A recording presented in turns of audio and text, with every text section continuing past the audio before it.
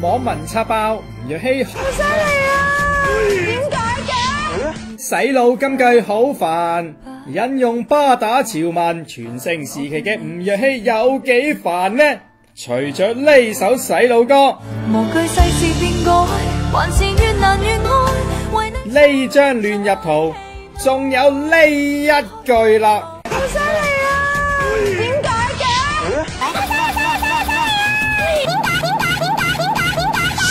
吳若希主持大台節目《至尊街頭魔法王》嗰陣，見到殷澤權啲神奇魔術後，以高八度尖叫再講呢句。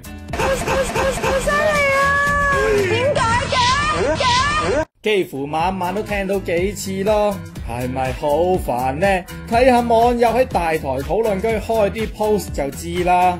俾人搶晒風頭，另一主持人阿博都唔執輸要出招啦。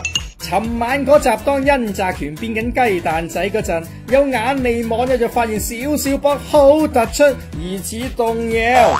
其實阿波當時係咁雙手插袋，唔通真係？唔知吳若希見到少少波呢個 situation 又會唔會 look 佢嗰句？好犀利啊！點解嘅？Facebook 一開即寒，快啲下載，猛片如雲，韓料最強。